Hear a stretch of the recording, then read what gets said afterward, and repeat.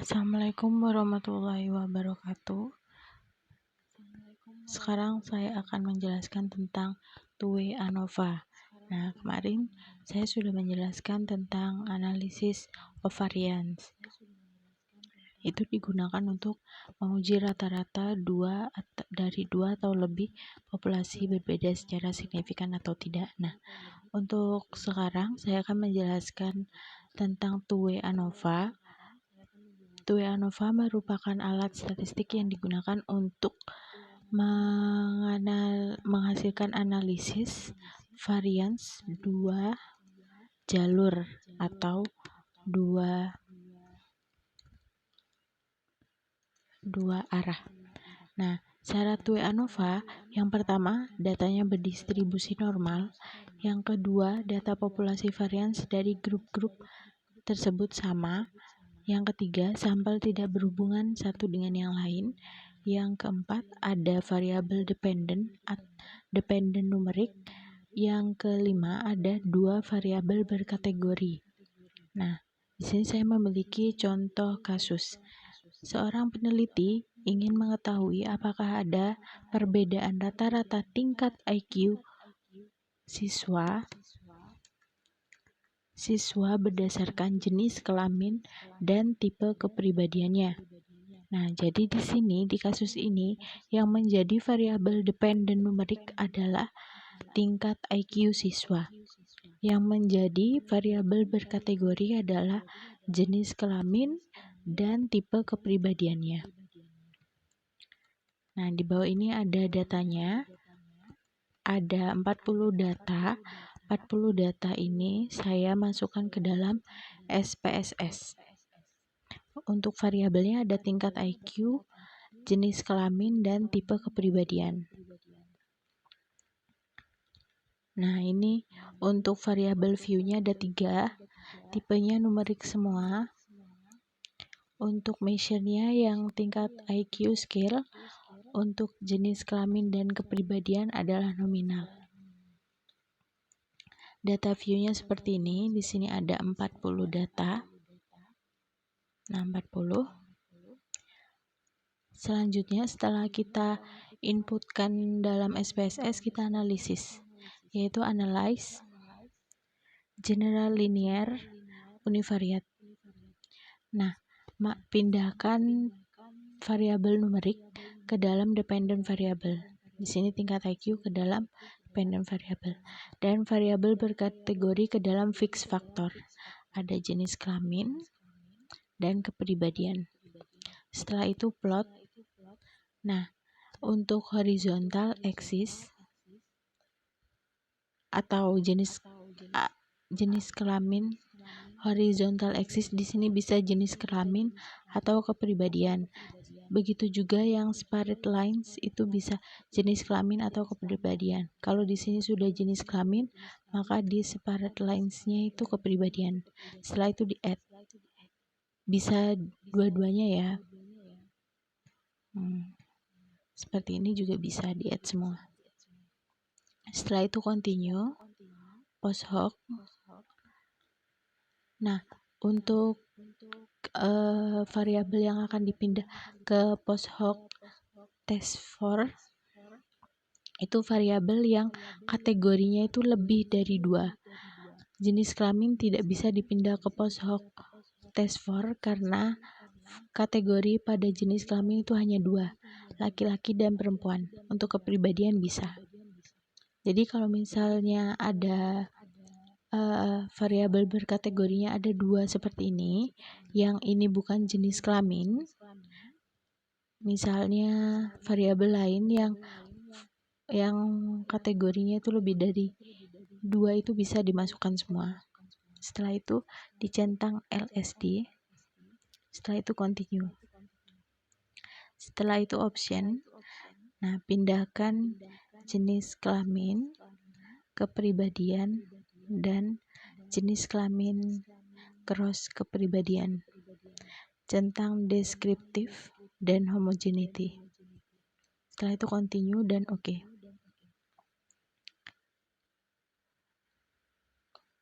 Nah, di sini muncul outputnya. ada banyak sekali output.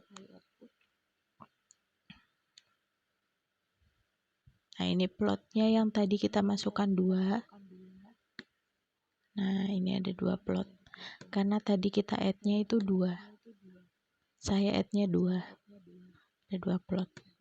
Selanjutnya, kita akan interpretasi hasil outputnya.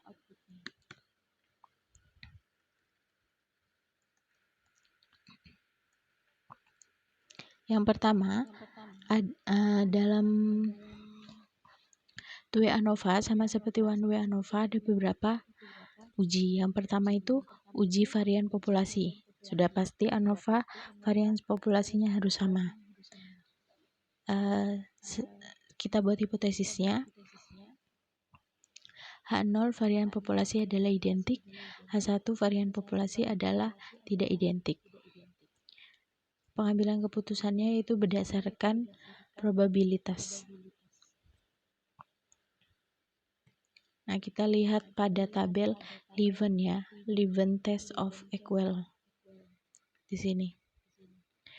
Sebenarnya dalam melihat uji varian di 2way ini tidak hanya pengambilan keputusannya tidak hanya menggunakan signifikan, tapi bisa juga menggunakan perbandingan F hitung dan F tabel. Ini F hitungnya, nanti F tabelnya tinggal dicari dengan prop 0,95 dan DF1 ini yang ada di tabel ini juga, dan F2 juga ada di sini. Tinggal dicari. Tapi saya di sini jelaskan menggunakan signifikan saja.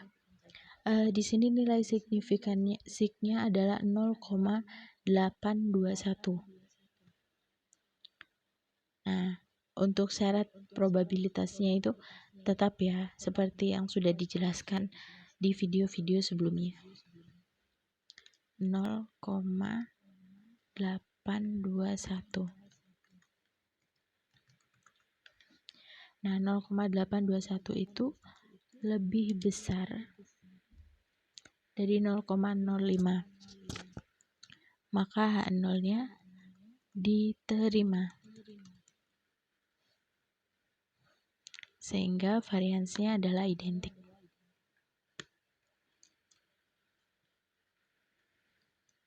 Seperti itu.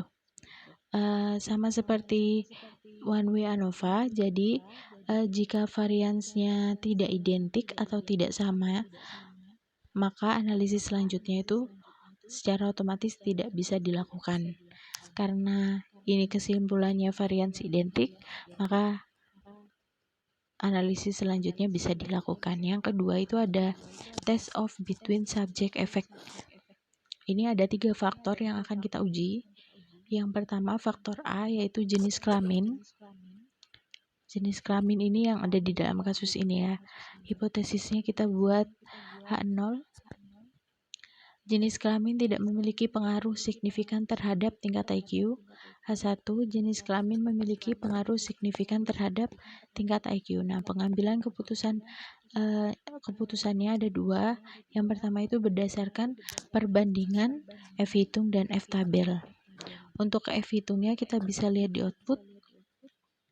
Di tabel yang ini, test of between ini, kita lihat yang jenis kelamin. F hitungnya adalah 0,013. 0,013. Nah, untuk F tabelnya kita cari menggunakan SPSS.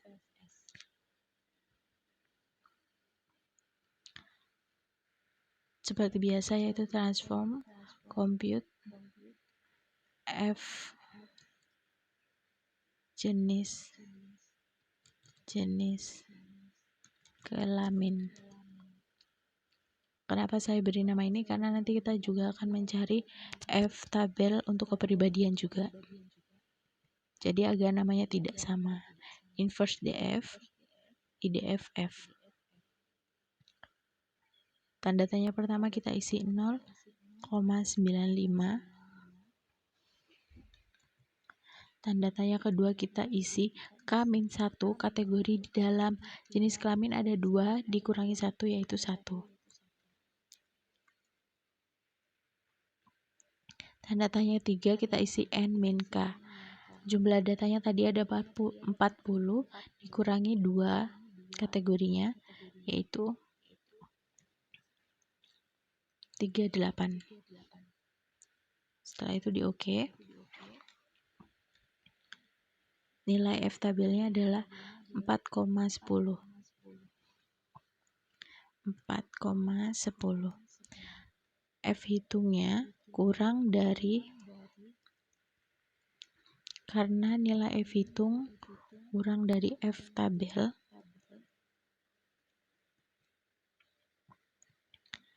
maka H0 diterima.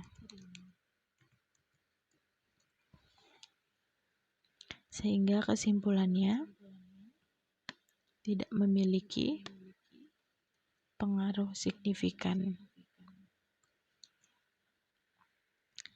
Untuk yang berdasarkan probabilitas, syaratnya itu sama seperti biasanya. Kita lihat nilai signifikannya di output yang test of between. Jenis kelamin signifikannya adalah 0,911. 0,911 itu lebih besar dari 0,05 sehingga H0 diterima.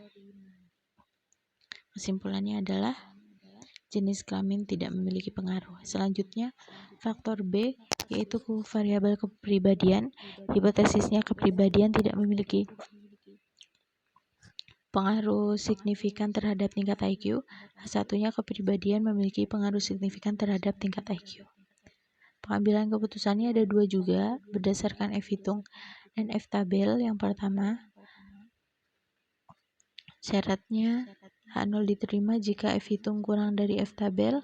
H0 ditolak jika F hitung lebih dari F tabel. F hitungnya kita lihat. Kepribadian 0,115.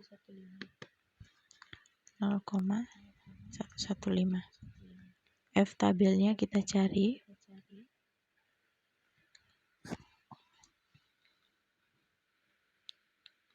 Transform compute variable.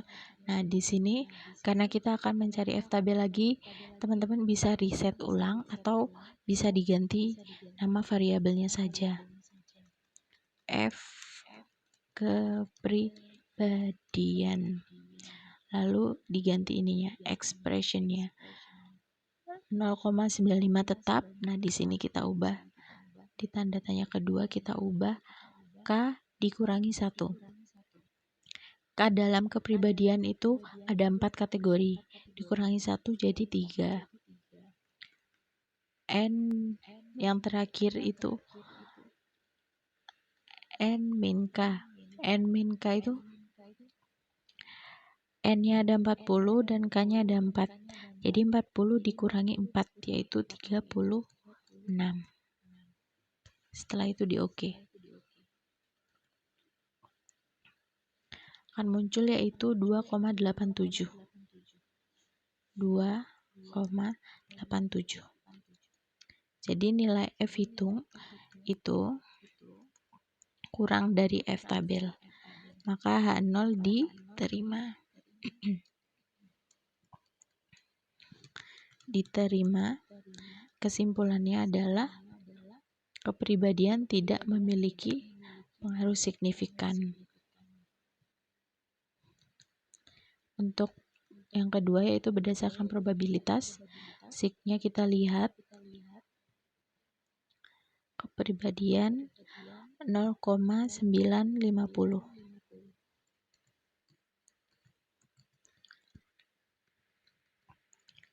Itu lebih besar dari 0,505, maka H0-nya diterima. Kesimpulannya adalah kepribadian tidak memiliki pengaruh signifikan. Oke, yang terakhir, faktor C yaitu jenis kelamin cross kepribadian. Hipotesisnya adalah H0, tingkat IQ siswa berdasarkan jenis kelamin yang berbeda ditinjau dari kepribadiannya adalah sama. Untuk H1-nya, tingkat IQ siswa berdasarkan jenis kelamin yang berbeda ditinjau dari kepribadiannya adalah berbeda. Pengambilan keputusannya juga ada dua. Yang pertama berdasarkan perbandingan F-hitung dan F-tabel. Untuk syaratnya sama. Nah, F-hitungnya kita lihat di output. Nah, ambil yang ini ya. Kita lihat F-hitungnya yaitu 0,991. 0,991. Nah, untuk F-tabelnya kita cari juga transform compute. Ini kita reset saja tidak apa-apa. Kita tulis F tabel. Kita cari inverse DF, lalu IDFF. Tanda tanya pertama diisi 0,95. Nah, untuk faktor C, F tabel faktor C ini, untuk tanda tanya kedua sama ketiganya ini ada ketentuan tersendiri ya. Untuk tanda tanya keduanya atau DF1-nya, itu rumusnya adalah DF1 dari jenis kelamin dikali DF2 dari jenis kelamin. Tadi DF1 dari jenis kelamin ini adalah 1 dikali DF2 dari jenis kelamin astagfirullah, dikali DF1 dari kepribadian itu 3 ya. Berarti 1 dikali 3 adalah 3. Jadi di tanda tanya kedua ini adalah 3. Nah, untuk tanda tanya ketiga juga berbeda rumusnya, yaitu N dikurangi banyaknya kategori jenis kelamin dikali dengan banyaknya kategori kepribadian. Jadi kategori jenis kelamin itu ada 2 dan kepribadian itu ada 4. 2 dikali 4 itu 8. Jadi 40 dikurangi 8 adalah 32.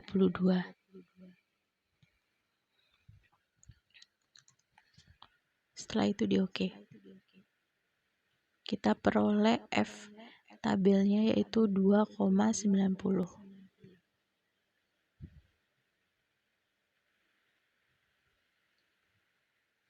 2,90. F hitungnya itu kurang dari F tabel, maka H0-nya diterima. Kesimpulannya adalah tingkat IQ siswa berdasarkan jenis kelamin yang berbeda ditinjau dari kepribadiannya adalah sama. Seperti itu. Nah, selanjutnya yang berdasarkan probabilitas syaratnya masih sama. Signifikannya kita lihat di output. Ini cross. Yang cross itu 0,409. 0,409. Itu lebih dari 0,05, jadi H0-nya diterima, sehingga kesimpulannya adalah sama. Selanjutnya ada uji one to one atau post hoc test. Nah, di sini uji post hoc-nya kita yang kepribadian saja, karena yang bisa dipindah, variabel yang bisa dipindahkan ke post hoc tadi itu adalah kepribadian. Yang pertama ada pragmatis dan sanguinis, atau bisa juga sanguinis dan pragmatis. Hipotesisnya, rata-rata tingkat IQ siswa ya, siswa berdasarkan tipe kepribadian pragmatis dan sanguin adalah identik, untuk satunya adalah tidak identik. Pengambilan keputusannya berdasarkan probabilitas. Kita lihat signifikannya di tabel posok. Nah, tabel posok, sanguinis dan pragmatis. Sanguinis pragmatis itu 0,834. 0,834. Itu dia lebih besar dari, maka H0 diterima. Jadi rata-rata tingkat IQ siswanya adalah identik.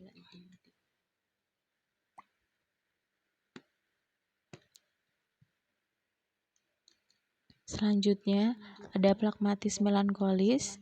Rata-ratanya H0-nya, hipotesisnya adalah H0-nya rata-rata tingkat IQ siswa identik. Untuk H1-nya adalah tidak identik. Kita lihat signifikannya. Itu apa tadi? Pragmatis sama melankolis. Pragmatis melankolis itu 0,565. Itu lebih besar, sehingga 0 diterima. Kesimpulannya adalah identik.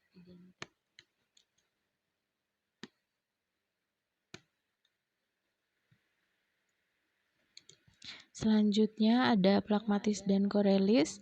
H0-nya tingkat IQ siswa identik dan H1-nya tidak identik. Signifikannya kita lihat pragmatis dan koleris. Pragmatis ya, itu 0,793. 0,793. Itu lebih besar dari 0,05, maka H0-nya diterima, sehingga rata-rata tingkat IQ-nya adalah identik.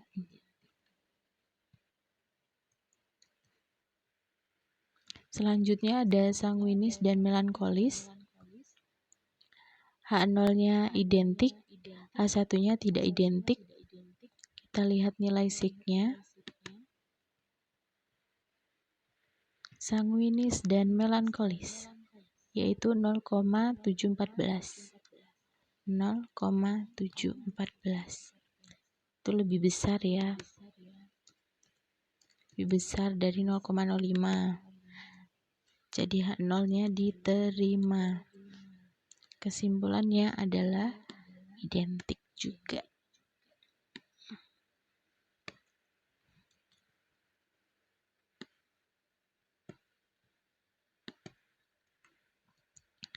Selanjutnya ada sanguinis dan korelis. Kita lihat signifikannya. Sanguinis dan koleris 0,958. 0,958 itu lebih besar ya. Sehingga H0-nya diterima. Rata-ratanya adalah identik.